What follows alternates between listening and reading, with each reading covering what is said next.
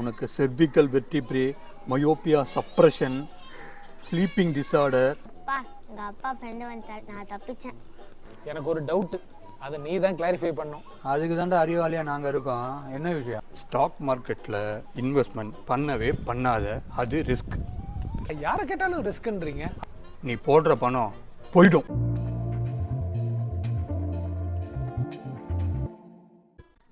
டேய், ஏன்டா எப்போ பார்த்தாலும் ஃபோன் பார்த்துக்கிட்டே இருக்க? இந்த பார் குரு, நீ எப்போ பார்த்தாலும் ஃபோன் பார்த்துக்கிட்டே இருந்தனா உனக்கு cervical vertebrae, myopia suppression, sleeping disorder, கண்ணுலாம் போயிடும். அதனால் எப்பவும் ஃபோனை பார்க்காம இருக்கணும், புரியுதா? பாலாஜி, அப்பா எங்கள் அப்பா ஃப்ரெண்டு வந்துட்டார், நான் தப்பிச்சேன். ஃபோனை கொடுறா. என்ன சொல்லிட்டு நீ மட்டும் நல்லா மொபைல் பாரு. போடா. யார்ரா அவன்?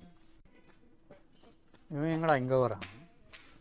வாடா, உட்கார் உட்கார். எப்படி இருக்க? அதெல்லாம் இருக்கட்டும், எனக்கு ஒரு டவுட்டு, அதை நீ தான் கிளாரிஃபை பண்ணும். அதுக்கு தாண்டா அறிவாளியாக நாங்கள் இருக்கோம். என்ன விஷயம்? எப்படி இன்வெஸ்ட்மெண்ட் பண்ணுறதுன்னு தெரியல. அதானே, விவரம் இல்லாமல் நீ வரமாட்டியா? வா பேசலாம். என்ன டவுட் உனக்கு? மாப்பிள்ள, ஸ்டாக் மார்க்கெட்டில் இன்வெஸ்ட்மெண்ட் பண்ணலாமா வேணாமா? ஸ்டாக் மார்க்கெட்டில் இன்வெஸ்ட்மெண்ட் பண்ணவே பண்ணாத, அது ரிஸ்க். ரிஸ்கா? என்னடா யாரை கேட்டாலும் ரிஸ்க்குன்றீங்க. அப்படி என்னதான் இருக்கு? நீ போடுற பணம் போயிடும். என்ன சொல்ற? அப்புறம் என் பணம் போகும். விவரமாக சொன்னாதான் உனக்கு புரியும். மாப்பிள்ள, அந்த விஷயம் என்னன்றதை தெரிஞ்சுக்கலாம்லடா. உனக்கு காசு எப்படி வருது? வேலைக்கு போகிற மாப்பிள்ள, அந்த காசு எந்த அக்கௌண்ட்டில் வருது? சேவிங் அக்கௌண்ட்ல. சேவிங் அக்கௌண்ட்ஸில் வர காசை நீ ஸ்டாக் மார்க்கெட் அக்கௌண்ட்டுக்கு மாத்துறியா? ஆமாம். புதுசாக ஸ்டாக் வாங்குறியா? ஆமாம். அதனோட விலை கம்மியாகும், உன் காசு போயிடும். ஏண்டா கொஞ்சம் விவரமாக தான் சொல்லி தொலையேண்டா.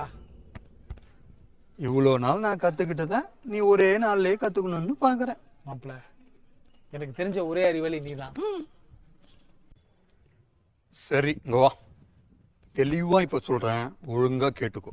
கண்டிப்பாக மாப்பிள்ள. உனக்கு காசு எப்படி வருது? கம்பெனியில் ஒர்க் பண்ணுறேன்டா. எந்த அக்கௌண்ட்டில் பணம் வருது? சேவிங் அக்கௌண்ட்லடா. அந்த சேவிங்ஸ் அக்கௌண்ட்டில் இருக்கிற காசை ஸ்டாக் மார்க்கெட் அக்கௌண்ட்டுக்கு மூவ் பண்ணுறியா? ஆமாம். புதுசாக ஸ்டாக் காசு கொடுத்து வாங்குறியா? ஆமாம்.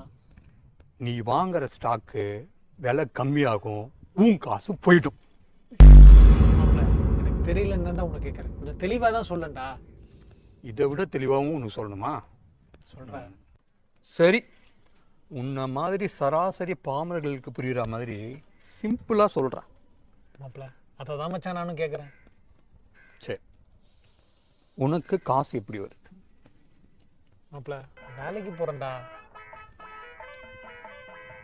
எந்த அக்கௌண்ட்டில் காசு வருது? பேங்க் அக்கௌண்ட்ரா. அந்த பேங்க் அக்கௌண்ட்டில் இருக்கிற காசை ஸ்டாக் மார்க்கெட் அக்கௌண்ட்டுக்கு மூவ் பண்ணுவியா? ஆமாண்டா. மூவ் பண்ண காசில் ஸ்டாக் வாங்குவியா? ஆமாண்டா. அந்த ஸ்டாக்கோட விலை இறங்கும், உன் பணம் போயிடும். டேய், இந்த வாழைப்பழ காமெடிலாம் என்கிட்ட அடிக்காதடா. உனக்கு விஷயம் தெரியுமா தெரியாதா? என் பையன் கூப்பிடுறான், நான் போயிட்டு வரேன். மிஸ் ஆயிட்டான். ஆக ஸ்டாக் மார்க்கெட் பற்றின விவரம் எவனுக்குமே தெரியல. ஆனால் ரிஸ்க்குன்னு சொல்லிட்டு தெரியுறானுங்க. ஆனால் பாலாஜி பையன் இங்கே இருக்கான். பாலாஜி அவனை தேடி தானே போனான். ஓ, பார்ட்டி எஸ்கேப்பு.